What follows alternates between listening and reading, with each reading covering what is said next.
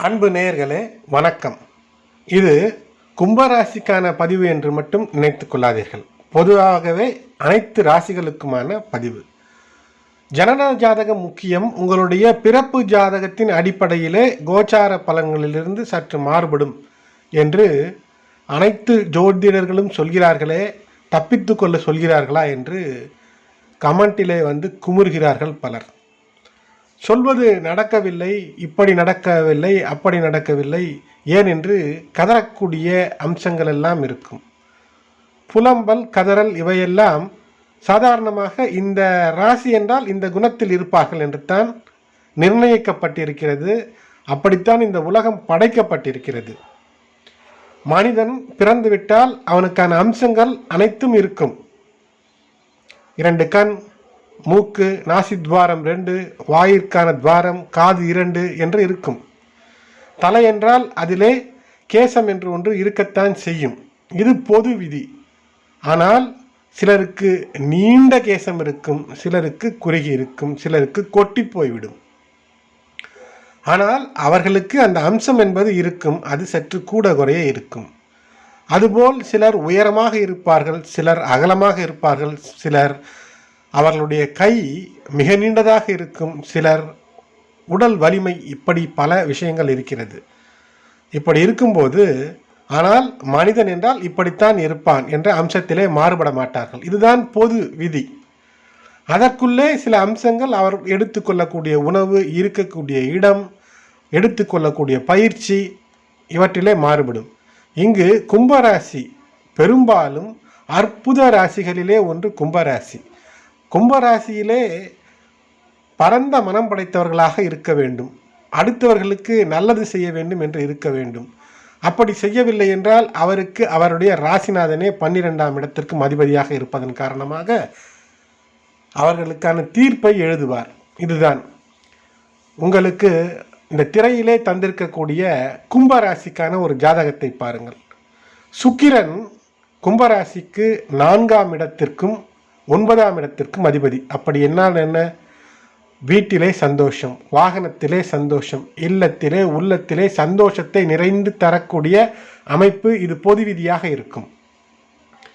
பூர்வீக சொத்துக்களின் மூலமாக ஏகப்பட்ட சந்தோஷங்கள் குவிய வேண்டும். சாதாரணமாக கும்பராசிக்காரர்களுக்கு எப்படிப்பட்டவர்களாக இருந்தாலும் பூர்வீக சொத்துக்கள் மூலமாக சந்தோஷம், இல்லத்திலே உள்ளத்திலே சந்தோஷம் தொடர்ந்து இருக்கக்கூடிய அமைப்பு, குழந்தைகள் மூலமாக நல்ல அமைப்பு, அறிவாளி குழந்தைகளாக இருக்க வேண்டும், இப்படியெல்லாம் இருக்கும். ஆனால் அமைவு இந்த இடத்திலே இந்த ஜாதகத்தை வைத்து பொதுவான விதி இருக்கிறதல்லவா, அதில் எப்படி மாறுபடுகிறது என்று பார்ப்போம். இந்த பொதுவான விதியிலே மாறுபாடு இங்கு நாம் பார்க்கும்போது இந்த ராசிக்கு கும்பராசி சனி பகவான் கும்பத்திலேயே அமர்ந்திருக்கிறார் இந்த ஜாதகத்திலே. அப்படி என்றால் என்ன? உங்களுடைய ராசிநாதன் மூல திரிகோணமான உங்களுடைய ராசியிலே அமர்ந்து நீதியை நிலைநாட்ட மிக உன்னதமாக காத்திருக்கிறார் என்ற அர்த்தம் இந்த ராசிக்காரருக்கு, குறிப்பாக இந்த ஜாதகருக்கு. அப்படி என்றால் நீதியே சற்றும் தவறாமல் நேர்மையோடு இருந்தால் மட்டுமே இவர் வாழ்க்கையாக வைத்து கொள்ள முடியும். இல்லை என்றால் வாழ்க்கை என்பது ஒரு நரகத்திற்கு சமமாக மாற்றப்படக்கூடிய அமைப்பு இருக்கிறது. இந்த உதாரண ஜாதகத்தை பார்க்கும்போது 12லே சுக்கிரன் இருக்கிறார். சுக்கிரன் பொதுவாக சனியும் சுக்கிரனும் நட்பு என்று சொல்வோம். இந்த ஜாதகத்திலே சனி அமர்ந்திருக்கக்கூடிய இடம் சனி பகவானிற்கு 12லே அமைகிறார் சுக்கிரன். இப்போது இவர் என்ன செய்வார்? நஷ்டத்தை ஜாதகருக்கு தரக்கூடிய அமைப்பு, செலவை தரக்கூடிய அமைப்பு ஆகையினாலே தொடர்ந்து இவர் வாகனம் வாங்கினாலும் அதிலே ஒரு சந்தோஷத்தை அனுபவிக்க முடியாது. வீடு என்றாலும் அதில் தொடர்ந்து சில சிக்கல்கள் இருந்து கொண்டு இருக்கக்கூடிய அமைப்பு.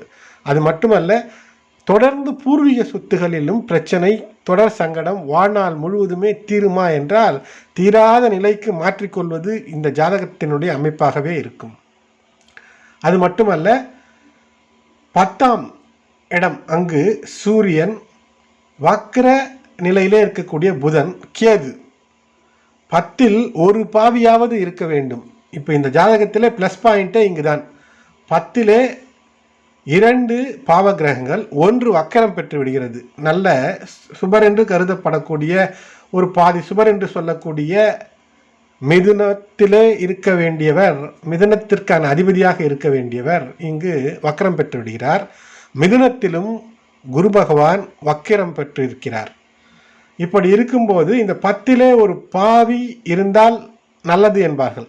இந்த ஜாதகருக்கு வாழ்க்கையில் ஏதோ பணம் காசு வர வேண்டும் என்றால் அவர் அரசாங்கம் தரக்கூடிய ஏதோ ஒரு அனுகூல பலன், ஒருவேளை அரசு வேலையில் கூட வாய்ப்பு கிடைக்கக்கூடிய அமைப்பு இருக்கும். ஆனால் அதுவும் வாழ்நாளிலே கடைசி கட்டத்திலே அதிலும் பகையை பெற்றுக்கொண்டு அதிலும் தரித்திரத்தை சம்பாதிக்கக்கூடிய அமைப்புக்கு வந்துவிடக்கூடிய அமைப்பு. எப்போது நேர்மை தவறிவிட்டார் என்றால் ராசிநாதன் அவருடைய ராசியிலேயே இங்கு இருக்கிறார். ஆகையினாலே இப்போது கும்பத்திற்கு சுக்கிரன் நல்லது தான் செய்து கொண்டே இருப்பான் என்றால் இவருக்கு, இந்த ஜாதகருக்கு நிச்சயம் அப்படிப்பட்ட அமைப்புகள் என்பது, ஜாதகர் எங்கு நேர்மை தவறினாலும் தொடர்ந்து அவருக்கான வம்புகள் இருந்து கொண்டே இருக்கும். 5ஆம் இடத்திலே வக்கரம் பெறக்கூடிய குரு என்ன சொல்கிறார்? வக்கரம் என்பது எதிர்பார்த்ததை விட மாறுபட்ட பலன். குழந்தைகளை இப்படி அப்படி என்று இவர் எப்படி நினைக்கிறார்களோ அதிலிருந்து மாறுபட்ட பலனை தந்து அதிலும் ஒரு நிம்மதி என்ற தன்மையை துறந்து விடக்கூடிய அமைப்பு. சரி, 2ஆம் இடத்திற்கு அதிபதி குரு பகவான், 2க்கான அதிபதி குரு பகவான், அவர் 5லே சென்று வக்கரம் பெறுகிறார். இது எதை குறிக்கும் என்றால், கையிலே தங்கக்கூடிய பணம் இவையெல்லாம் இல்லை என்றால் வரக்கூடிய பணம் அல்லது எந்த சொத்து எதுவானாலும் இவருடைய பிள்ளைகளின் காரணமாக அது சென்று பிரச்சனைக்குள்ளாகக்கூடிய அமைப்பு என்று இது காட்டுகிறது. இப்படி பல விஷயங்கள் இதிலே மைனஸ் என்றாலும் பிளஸ் என்பது 10ஆம் இடத்திலே இருக்கக்கூடிய சூரியன், வக்ர புதன் மற்றும் கேது. இந்த ஜாதகருக்கு ராகு ரிஷபத்தில் வரக்கூடிய காலத்திலே பிரச்சனைகள் வந்தாலும் கூட சற்று தள்ளி போகும், இல்லை என்றால் அதிலே தப்பித்து கொள்ள வாய்ப்பு கிடைக்கும். அதே சமயத்திலே மேஷத்தில், இப்போது உள்ள காலகட்டத்திலே மேஷத்திலே ராகு இருக்கும்போது இப்போது எது அதிர்ஷ்டம், எது லாபம், எதை வைத்து சாதிக்கலாம் என்று நினைக்கிறார்களோ அதுவே மாறுபட்ட பலன்களை எல்லாம் தந்துவிடும். கும்பராசிக்காரர்களுக்கு சனி ஏதும் செய்ய மாட்டார், நல்லதுதான் பெரும்பாலும் செய்வார். இது பொது விதி. பெரும்பாலும் இருக்கக்கூடிய 99% கும்பராசிக்காரர்களுக்கு சனி பகவான், கும்பராசிக்காரர்கள் சற்று பக்திமான்களாக உண்மையும் நேர்மையும் கடைபிடித்து சுற்றத்தாருக்கும் உறவினரும் சந்தோஷமாக இருக்க வேண்டும் என்று தொடர்ந்து நல்ல காரியங்களை செய்து கொண்டே இருக்கக்கூடிய அமைப்பில் இருப்பார்கள் கும்பராசிக்காரர்கள். அப்படிப்பட்ட கும்பராசிக்காரர்களுக்கு இந்த ஜாதகம் சசயோகம் என்ற ஒன்று அமைப்பு வரக்கூடிய காரணத்தினால் இவர்கள் அலைச்சலிலே ஈடுபட்டு கொண்டு சிக்கலை சந்திக்கக்கூடிய அமைப்பை தந்துவிடுகிறது. செவ்வாய் தரக்கூடிய வேசி யோகம் என்பது நிலத்திலே தொடர் பிரச்சனைகளை எல்லாம் நிலபுலன் வீடு வாசலிலே தரும். நிபுண யோகம் சூரியன் புதன், அங்கும் பக்தி இல்லை என்றால் அதற்கு பயனில்லை என்ற அளவிலே கேதுவோடு இணைந்து இருக்கக்கூடிய அமைப்பு. நவாச யோகங்கள் அடிப்படையிலே துன்பம், செய்யக்கூடிய வேலையிலே ஒரு சந்தோஷம் என்றால் அந்த சந்தோஷத்தின் காரணமாகவே துக்கங்கள் வரக்கூடியது. கொடூர மனம் என்பது நிச்சயமாக அமைந்துவிடும். ஏனென்றால் 3 கேந்திரங்களிலே ஏதேனும் அசுபர் வரும்போது இப்படியெல்லாம் வரும். அதிகமாக பேச்சிலே சில தவறான வார்த்தைகள், தான் அறிவாளி என்று பேசக்கூடிய அமைப்பு ஒரு கேரக்டர்லெஸ் என்று சொல்லலாம். ஆனால் தனக்கு அதிகமாக கேரக்டரைஸ் என்று காட்டிக்கொள்ளக்கூடிய அமைப்பு இருக்கும். 5 ராசிகளுக்குள் கிரகங்கள், சில கிரகங்கள் அமையும் போது சில சமயங்களிலே இவர் வம்பு, வழக்கு, சிறை என்று சிக்கக்கூடிய அமைப்பும் இருக்கிறது. சந்திரனும் சனியும் ராசியிலேயே ஒன்றாக இணைந்திருப்பது என்பது அரசு மற்றும் அரசர்கள் ஆட்சியிலே அதிகாரத்திலே இருப்பவர்களிடமிருந்து சில உதவிகள் கிடைக்கும். அந்த உதவிகள் நேர்மையான வழிக்கு அல்லாது இருக்கும்போது அதனாலேயே துன்பமும் தண்டனையும் கிடைக்கக்கூடிய அமைப்பு. சொத்து செழிப்பு என்பது சந்திரன் காட்டக்கூடிய யோகாதிபதியாக இருக்கக்கூடிய அமைப்பு ஏற்பட்டாலும் அங்கு சனி பகவானும் இருந்து சசயோகம் தரக்கூடிய அமைப்பு. ஆனால் எங்கு சில ப்ளஸ் பாயிண்ட் வருகிறது என்றால், அபிஜித்து இருக்கக்கூடிய அந்த முகூர்த்த நிலை என்பார்கள், அல்லது அந்த நட்சத்திரம் தோன்றக்கூடிய ஒரு இடம் இருக்கிறது. அங்கு இந்த சூரியன், வக்ரபுதன், கேதுவும் சனியும் ஒரு அருமையான யோகத்தை தருகிறார்கள் இந்த ஜாதகத்திலே. அந்த அமைப்பை நேர்மையாக இருந்து பயன்படுத்தும் போது நாடாளும் அமைப்பு கூட வரக்கூடிய அமைப்பு. ஆனால் செவ்வாய்க்கு தங்களுடைய பலனை கடத்துவதற்கு அங்கு ஒரு கண்டாந்தா புள்ளி என்று ஒன்று வந்து விடுகிறது விருச்சிகத்திற்கும் தனுசுக்கும் இடையிலே.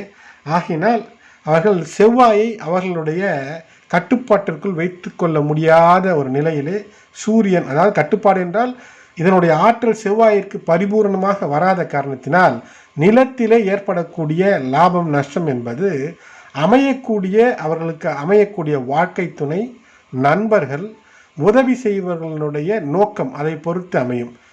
பெரும்பாலும் இதில் முக்கிய விஷயம், சுக்கிரன் இங்கு இவர்களுக்கு பெரிய உதவி சுகத்தை தருவதற்கு வாய்ப்புகள் குறைந்திருக்கிறது.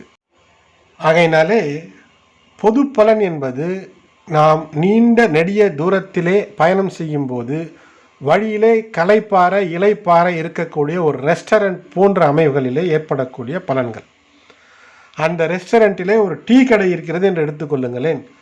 அதில் போகும்போது அது கண்ணிலே பார்க்காமல் சென்று விடுவர்கள், அந்த டீ கடையின் பயனை அடையப் போவதில்லை. பார்த்து நிறுத்துபவர்கள் அங்கு அவர்களுக்கு ஏற்றாற்போல் அந்த டீயை ருசிக்கலாம், அனுபவிக்கலாம். சிலர் டபுள் சுகர் என்று 2 மடங்கு சர்க்கரை போட்டு எடுத்துக்கொள்வார்கள். அது அவர்களுடைய உடல்நிலை, அதாவது ஜனன ஜாதகம் எப்படி என்று சொல்கிறேன் அதன் அடிப்படையிலே.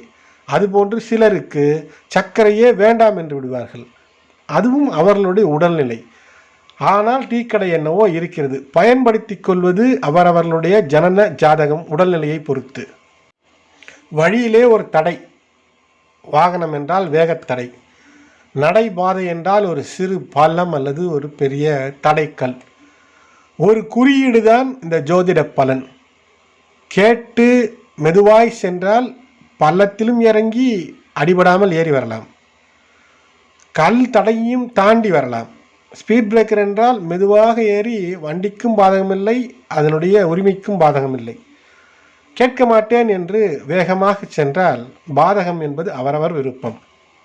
ஜனன ஜாதக அடிப்படையிலே சில கோளாறுகள் தென்பட்டாலும், தடைகள் தென்பட்டாலும், நாம் செல்லக்கூடிய வழியிலே இருக்கக்கூடிய கரெக்ஷன் மெஷர்ஸை பயன்படுத்தி அவ்வப்போது கிரகங்களின் அனுகூலங்களை பெற்று சந்தோஷமாக இருக்கலாம். வாகனம் விலையுயர்ந்த கார், பென்ஸாக இருக்கட்டும், BMW ஆக இருக்கட்டும், வேகத்தடையிலே வேகமாய் அடித்தீர்கள் என்றால் தூக்கி எறியப்படும். இல்லை, சாதாரண கட்டை வண்டி என்றாலும் கூட மெதுவாய் சென்றால் இடத்தை நோக்கி சந்தோஷமாய் கடந்து விடலாம். தேவை ஒரு குரு. அன்பு நேயர்களை தொடர்ந்து இணைந்து ஆதரவு தாருங்கள். இந்த பதிவை மற்றவர்களுக்கும் பகிருங்கள். நன்றி. Please do support by like, share and commenting. Subscribe and press the bell button for future videos. Thanks for watching.